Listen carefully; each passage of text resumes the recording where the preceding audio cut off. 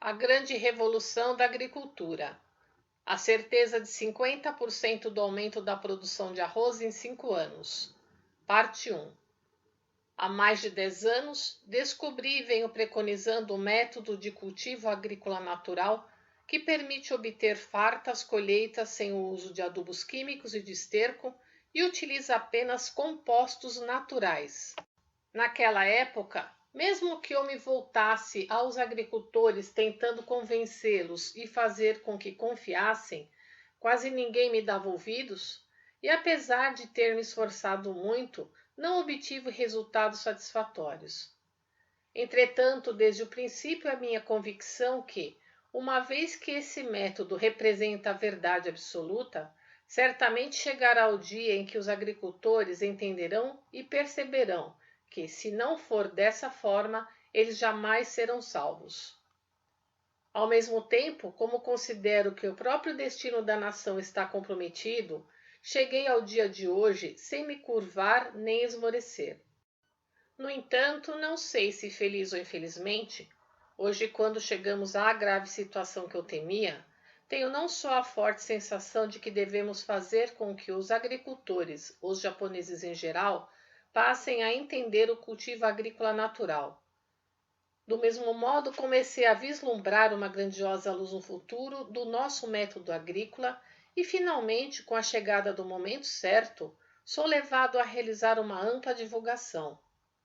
O que também ajudou na implantação dessa forma de cultivo foi o fato que eu sou um religioso, pois não foram poucos os fiéis que, embora estranhassem bastante minha teoria, acreditaram e passaram a praticá-la, o que lhes possibilitou constatar os resultados positivos em um espaço de tempo relativamente curto. Desde então vem crescendo o número de simpatizantes e recentemente não só os fiéis, mas os agricultores de fora da esfera da igreja passaram a se interessar pela nossa agricultura. O Sr. Sadao Kanezaki, oficial do Ministério da Agricultura e Meio Ambiente, apresentou sob o ponto de vista técnico o resultado de uma rigorosa pesquisa realizada por vários anos, que reconhece o surpreendente resultado do cultivo natural, o que me causa uma incontida satisfação. A razão de minha alegria é que, como o nosso método de cultivo é norteado por preceitos religiosos, as pessoas em geral tendem a considerá-lo supersticioso.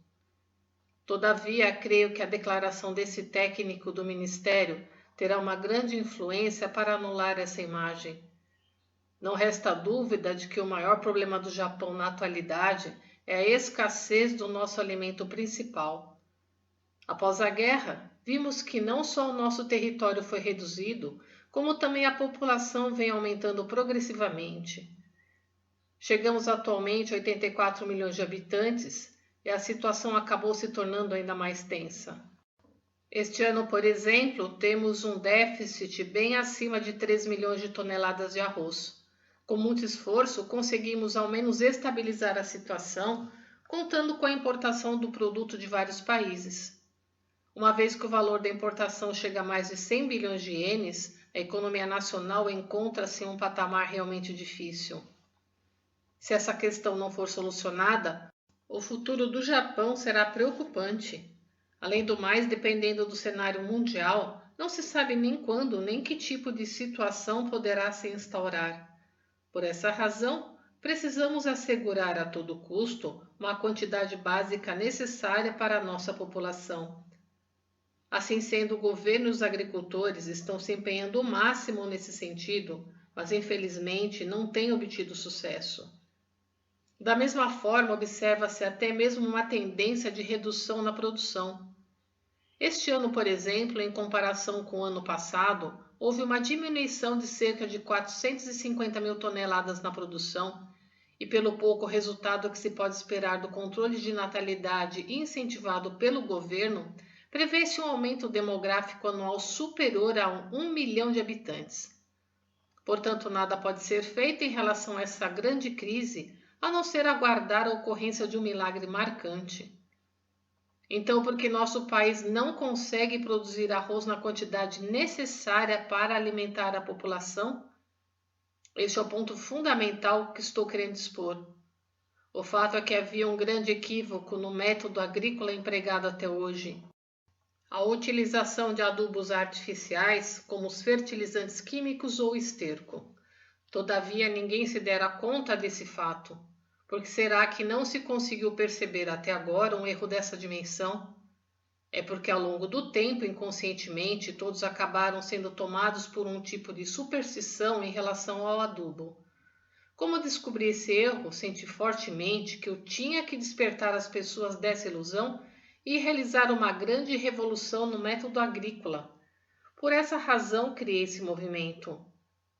Desejo expor minuciosamente o princípio e os procedimentos do nosso método agrícola, que permite a obtenção de fartas colheitas, utilizando apenas compostos naturais. Antes, porém, vou explicar os resultados do método de cultivo natural. Baseado na média alcançada pelos praticantes de todo o país, por meio do nosso método de cultivo no prazo de 5 anos consecutivos, será possível obter um aumento de 50% na produção. Imagino que as pessoas, em geral, certamente não conseguem acreditar. Considerando que atualmente a safra normal anual seja de 9.450.000 toneladas, com aumento de 50% seriam 14.175.000 toneladas. Mesmo que os japoneses comam à vontade, haverá um excedente de 1,5 milhão de toneladas. Por conseguinte, ao invés de importar, o Japão terá que exportar esse excedente. E não somente isso. Trata-se de um método maravilhoso, uma vez que os gastos com os adubos são dispensados e os danos causados pelas pragas reduzidos a uma parte do que vemos hoje. Concomitantemente, os prejuízos causados pelas tempestades e enchentes serão reduzidos a menos da metade e, consequentemente, o trabalho provavelmente diminuirá drasticamente. Tudo isso se refere somente ao arroz, mas este método de cultivo se aplica também à produção agrícola em geral. Explicarei isso brevemente. Em primeiro lugar, todos os legumes e hortaliças cultivados pelo método natural apresentam naturalmente excelentes resultados. Por exemplo, as batatas doces são gigantescas de um tamanho surpreendente. Como a maioria pesa em média 2 quilos, a safra seguramente dobrará quando comparada ao cultivo convencional que usa adubos. Os grãos também serão maiores e verão aumentar sua produção, sendo fácil triplicar a colheita. Os nabos são bem brancos, suaves e de consistência macia e, na medida ideal, saborosos. As hortaliças apresentam boa coloração e não são carcomidas pelos insetos, sendo macias e deliciosas. Além destes, o milho, a melancia, a abóbora, todos os cereais, os legumes, as hortaliças ou as frutas apresentam ótima e inimaginável qualidade. Merece uma menção especial o extraordinário sabor dos produtos de cultivo agrícola natural. Quem experimenta o sabor do arroz, do trigo e das hortaliças de nossa produção, provavelmente nunca mais terá vontade de comer os produtos obtidos com adubos. Atualmente eu também consumo apenas os produtos naturais e, felizmente, o número de praticantes desse método aumenta tanto a cada dia que ultimamente já não consigo consumir tudo o que recebo. O mesmo ocorre com as frutas. Após a suspensão do uso de adubos artificiais, não só a produção, como também a qualidade e a receita decorrente de sua venda aumentam a cada ano. Dessa forma, todos têm se mostrado agradecidos. Em se tratando das flores, essas são maiores, suas cores mais vivas e belas, e quando usadas na vivificação floral, geralmente duram mais, deixando os praticantes desta arte extremamente satisfeitos. No cultivo agrícola natural ocorre uma acentuada diminuição de pragas. Na verdade, os adubos sintéticos provocam o seu aparecimento. Por esse motivo, é óbvio que eles deixarão de surgir se tais adubos não forem mais aplicados. Todavia, na tentativa de exterminá-los, utilizam-se atualmente os inseticidas e os defensivos agrícolas de forma abundante, os quais, na verdade, penetram no solo e se tornam a causa da proliferação dos insetos nocivos, ou seja, tudo é causado pela ignorância e nos causa pena. Ultimamente, podemos dizer que sofremos a ação de tempestades e enchentes anualmente, mas os prejuízos têm sido menores no cultivo natural. O que ocorre é que quando as plantas absorvem adubos sintéticos, enfraquecem acentuadamente. Ou seja, descobri o seguinte: no momento em que as plantas se impregnam tanto de esterco como de adubo químico, estes se tornam tóxicos e, por sua vez, servem de alimento para as pragas, ocasionando sua propagação. E ainda, dependendo do tipo de adubo, há tipos que dão origem a micro-organismos que se alimentam da própria planta e vão se multiplicando. Se surgirem na raiz, devastam as radículas, devorando-as e provocando enfraquecimento do vegetal. Esta é a causa do secamento das folhas, da quebra dos caules, da queda das flores, da má formação de frutos, da atrofia das batatas inglesas e outros problemas. Mesmo que não seja na raiz da planta, inúmeros tipos de micro-organismos se desenvolvem. Se a planta for saudável, terá força para erradicá-los. Entretanto, como já afirmei, se a planta se encontrar enfraquecida devido à aplicação de adubos, ela acaba sendo vencida pelos micro-organismos. A planta cultivada sem adubos é mais resistente aos ventos e às chuvas, não caindo com facilidade. Ainda que isso ocorra, a planta logo se reerguerá, ao passo que a cultivada com adubo permanecerá caída, ocasionando um prejuízo enorme. Poderão compreender seu motivo observando-se as raízes. Nas plantas cultivadas sem adubos, a própria raiz é mais numerosa e profunda, por conseguinte, a fixação é bem mais forte. Outro ponto característico, seja com o arroz ou com outras hortaliças e legumes, é o tamanho das folhas, que são mais curtas. Os agricultores já sabem que em todas as plantas, quanto mais curto o caule e menores as folhas, mais frutos elas dão. Em contrapartida, como a planta cultivada com adubos é mais alta e tem folhas grandes, à primeira vista aparenta ser esplêndida, mas geralmente sua frutificação é pior do que o esperado. No caso do bicho da seda, se criado em uma moreira livre de adubo, será saudável, os fios produzidos serão mais resistentes e brilhantes, de qualidade superior e naturalmente com uma grande produção. Tal resultado será devido não ao surgimento de doenças. De acordo com o que foi explicado acima, observamos que todos os produtos cultivados pelo método natural possuem comparáveis vantagens em relação aos que são produzidos com adubos.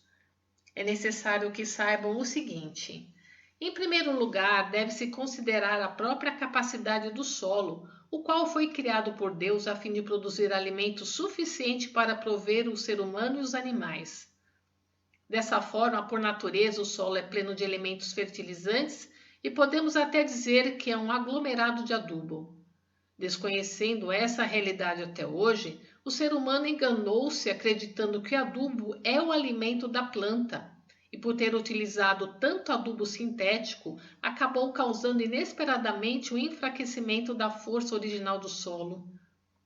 Ouvimos frequentemente que o solo japonês é ácido, e a causa é exatamente a que citamos acima. Sendo assim, tudo isso não é um assustador engano? Nesse sentido, para que possamos aumentar a produção agrícola, devemos incrementar a própria força do solo ao máximo possível. E como isso pode ser feito? Além dos compostos naturais, não acrescentar nenhuma substância impura, conservando o solo sempre limpo.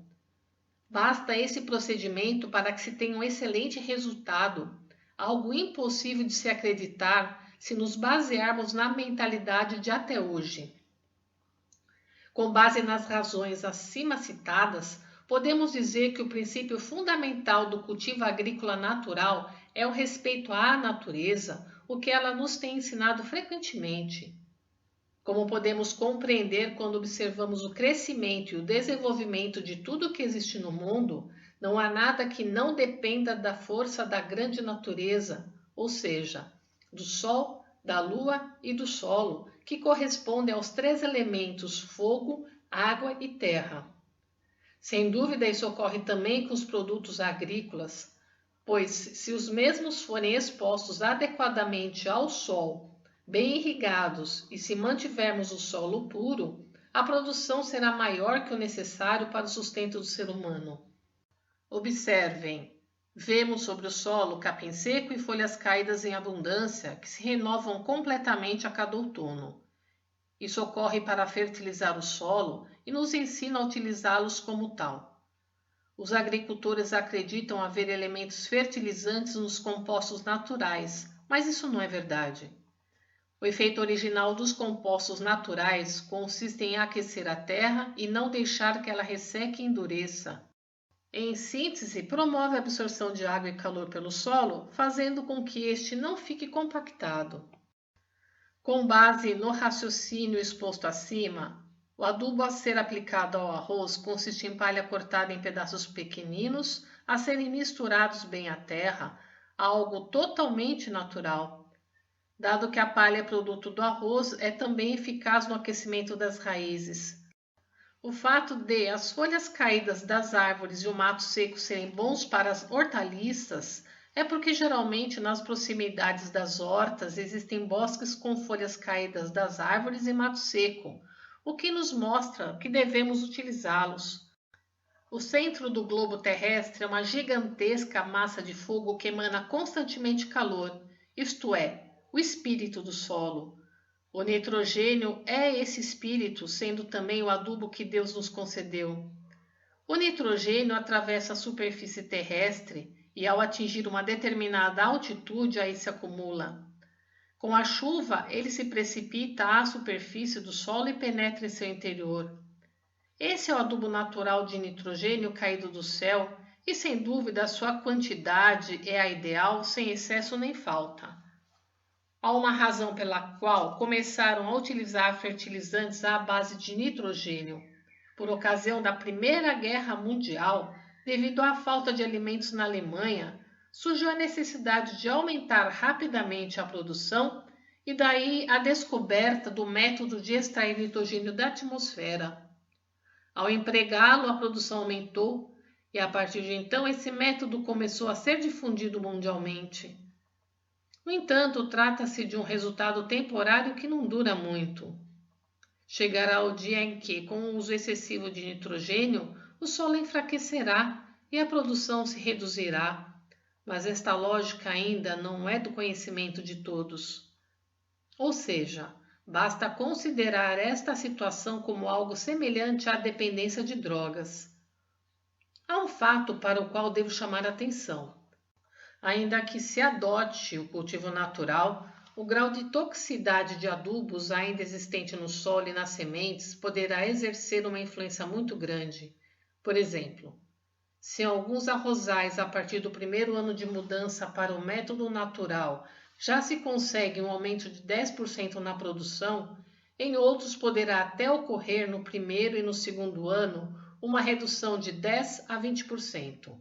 Finalmente, a partir do terceiro ano, o aumento será de 10% a 20% e aí em diante os resultados esperados serão alcançados gradativamente. Assim, não haverá erro em pensarmos que em situações normais no primeiro ano, a produção seria igual à original. No segundo ano, haveria um aumento de 10%, no terceiro ano de 20%, no quarto ano de 30% a 40% e no quinto ano de 50%. Sendo assim, quando o resultado é demasiadamente negativo, é porque ainda restam adubos artificiais em grande quantidade. Em tais casos, basta moderar seu efeito misturando outro tipo de solo superficial trazido de outro lugar para misturar com o solo original. Existe outro fator relevante. Fertilizantes químicos como o sulfato de amônio são absorvidos pelo arroz.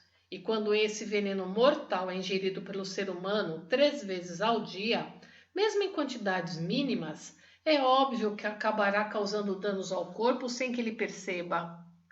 Ninguém pode afirmar que isso não seja uma das causas do atual aumento de pessoas doentes. Gostaria de enumerar rapidamente as vantagens econômicas do cultivo agrícola natural. 1. Os gastos com adubos tornar-se-ão desnecessários. 2. A mão de obra diminuirá pela metade. 3. Haverá um grande aumento na colheita. 4.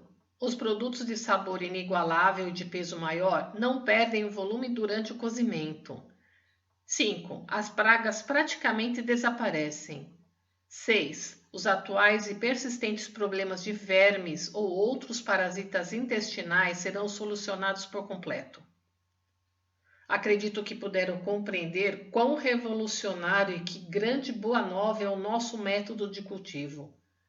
É claro que por meio de sua prática o problema alimentar do Japão será solucionado de vez, além de ser a força motriz para a solução de outros problemas, principalmente os concernentes à saúde do ser humano, e influenciar positivamente a situação.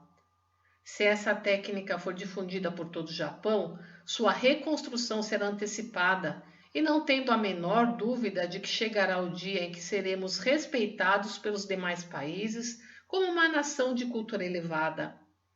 Assim, desejo fazer com que essa publicação especial seja lida pelo maior número possível de japoneses. Para finalizar, ressalto que não tenho a mínima intenção de divulgar nossa igreja por meio dessa publicação. E mesmo que os praticantes não sejam membros da nossa religião, alcançarão os bons resultados expostos há pouco. Jornal Eiko, número 141, em 30 de janeiro de 1952. Compartilhe os ensinamentos de Meishu Sama.